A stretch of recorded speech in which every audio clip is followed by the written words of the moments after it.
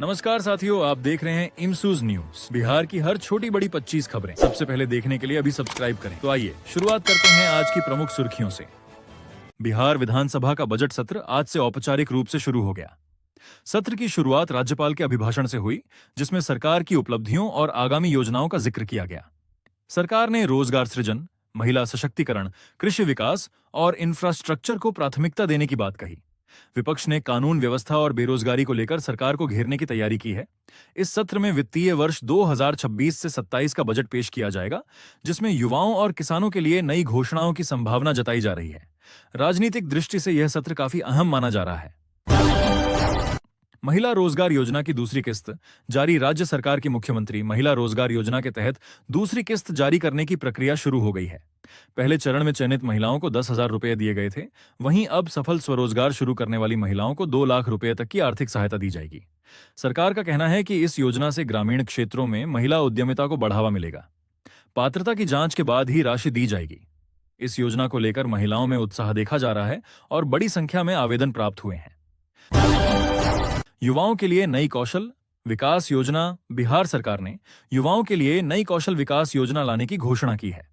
इस योजना के तहत तकनीकी और व्यावसायिक प्रशिक्षण देकर युवाओं को रोजगार के लिए तैयार किया जाएगा। आईटी, इलेक्ट्रॉनिक्स, हेल्थ केयर और कृषि आधारित उद्योगों में विशेष प्रशिक्षण दिया जाएगा। सरकार का लक्ष्य है कि राज्य में ही रोजगार के अवसर बढ़ें और युवाओं का पलायन कम हो। योजना के लिए अलग बजट प्रावधान की तैयारी की जा रही है और जिला स्तर पर प्रशिक्षण केंद्र स्थापित किए जाएंगे।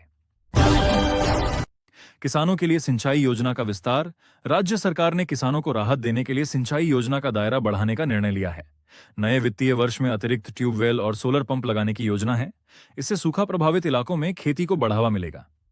कृषि विभाग के अधिकारियों के अनुसार सरकार सब्सिडी दर पर उपकरण उपलब्ध कराएगी। इस योजना से छोटे और सीमांत किसानों को सीधा लाभ मिलेगा और फसल उत्पादन में वृद्धि की उम्मीद है। सरकारी स्कूलों में डिजिटल शिक्षा पहल। बिहार सरकार ने सरकारी स्कूलों में डिजिटल शिक्षा को बढ़ावा देने के लिए नई पहल शुरू की है। स्कूलों में स्मार्ट क्लास, प्रोजेक्टर और इंटरनेट सुविधा उपलब्ध कराई जाएगी। शिक्षा विभाग का कहना है कि इससे छात्रों को आधुनिक तकनीक से जोड़ने में मदद मिलेगी। ग्रामीण क्षेत्रों के स्कूलों को प्राथमिकता दी जाएगी।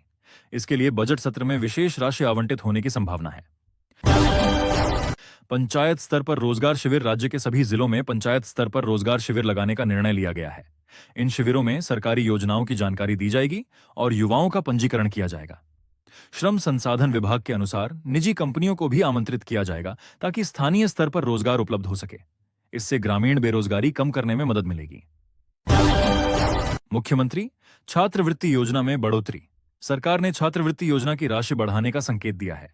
अनुसूचित जाति, जनजाति और पिछड़े वर्ग के छात्रों को अधिक सहायता देने की तैयारी है। शिक्षा विभाग का मानना है कि आर्थिक रूप से कमजोर छात्रों की पढ़ाई बीच में न रुके, इसके लिए यह कदम जरूरी है। बजट में इस योजना के लिए अतिरिक्त प्रावधान किया जा सकता है। स्वास्थ्य विभाग में नई भर्तियां। बिहार स्वास्थ्य विभाग में डॉक्टरों और नर्सों की नई भर्ती प्रक्रिया जल्द शुरू होने वाली है। सरकार ने प्राथमिक स्वास्थ्य केंद्रों को मजबूत बनाने का लक्ष्य रखा है। ग्रामीण क्षेत्रों में स्वास्थ्य सेवाओं की कमी को दूर करने के लिए विशेष अभियान चलाया जाएगा। भर्ती प्रक्रिया पारदर्शी तरीके से पूरी की जाएगी। सड़क निर्माण परियोजनाओं को मंजूरी। राज्य सरकार ने कई नई सड़क निर्माण परियोजनाओं को मंजूरी दी है। ग्रामीण संपर्क सड़कों को दुरुस्त करने पर विशेष ध्यान दिया जाएगा। इससे व्यापार और आवागमन में सुविधा होगी। कृषि आरण माफी पर सरकार और विपक्ष आमने सामने। बिहार में छोटे और सीमांत किसानों के कृषि आरण माफी को लेकर राजनीतिक बहस तेज हो गई है। विपक्षी दलों ने सरकार से मांग की है कि सूखा और बाढ़ प्रभावित जिलों के किसानों का कर्ज पूरी तरह माफ किया जाए। सरकार का कहना है कि वह व्यापक अध्ययन के बाद ही कोई निर्णय लेगी ताकि वित्तीय संतुलन बना रहे। कृषि विभाग ने जिलों से फसल नुकसान की रिपोर्ट मांगी है। यदि प्रस्ताव को मंजूरी मिलती है तो हजारों किसानों को राहत मिल सकती है। आगामी बजट सत्र में इस मुद्दे पर विस्तृत चर्चा होने की संभावना है। महिला स्व सहायता समूहों को बिना ब्याज आरण। राज्य सरकार महिला स्व सहायता समूहों को आर्थिक रूप से मजबूत बनाने के लिए बिना ब्याज ऋण देने की योजना पर काम कर रही है।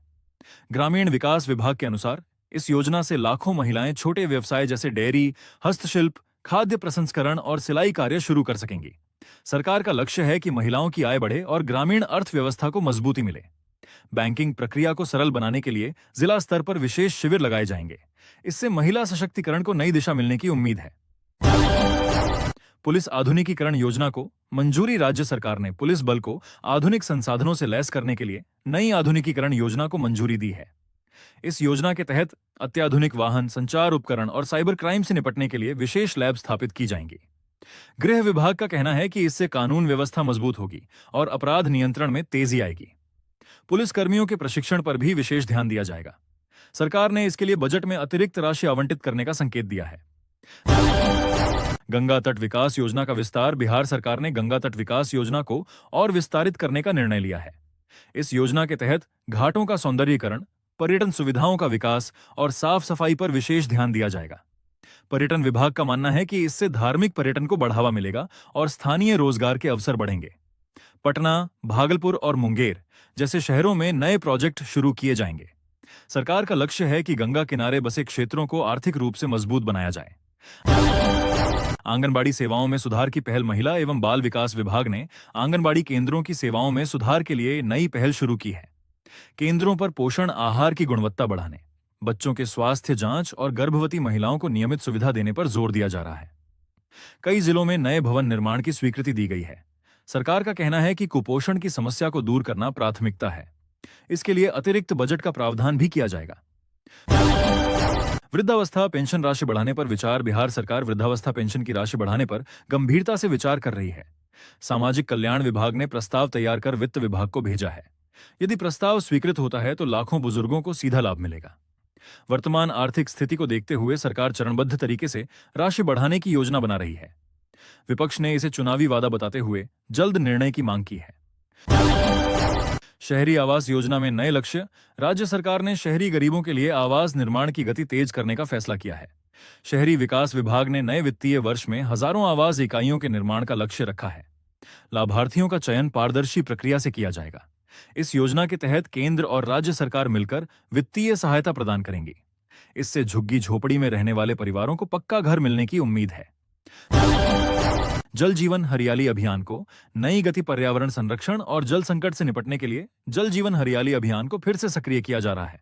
इस अभियान के तहत वर्षा जल संचयन, तालाबों का पुनर्जीवन और वृक्षारोपण कार्यक्रम चलाए जाएंगे। ग्रामीण क्षेत्रों में जल संरक्षण को लेकर जागरूकता अभियान भी शुरू होगा। सरकार का कहना है कि इससे आने वाले वर्षों में जल संकट कम करने में मदद मिलेगी। किसानों के लिए बिजली सब्सिडी योजना। राज्य सरकार किसानों को सस्ती दर पर बिजली उपलब्ध कराने की योजना पर काम कर रही है। कृषि पंपों के लिए विशेष सब्सिडी देने का प्रस्ताव तैयार किया गया है। ऊर्जा विभाग के अनुसार इससे सिंचाई लागत कम होगी और किसानों की आय बढ़ेगी। योजना को बजट सत्र में अंतिम मंजूरी मिलने की संभावना है। पटना और गया में आईटी पार्क की तैयारी। राज्य में आईटी सेक्टर को बढ़ावा देने के लिए पटना और गया में आईटी पार्क स्थापित करने की योजना बनाई गई है। इससे युवाओं को स्थानीय स्तर पर रोजगार के अवसर मिलेंगे। सरकार निजी कंपनियों के साथ साझेदारी मॉडल पर काम कर रही है। आईटी पार्क में आधुनिक इंफ्रास्ट्रक्चर और स्टार्टअप के लिए विशेष स्पेस उपलब्ध कराया जाएगा। परिवहन विभाग ने वाहन पंजीकरण, ड्राइविंग लाइसेंस और टैक्स भुगतान जैसी सेवाओं को पूरी तरह ऑनलाइन करने की दिशा में कदम बढ़ाया है। इससे आम लोगों को कार्यालयों के चक्कर नहीं लगाने पड़ेंगे। विभाग का कहना है कि डिजिटल व्यवस्था से पारदर्शिता बढ़ेगी और भ्रष्टाचार में कमी आएगी।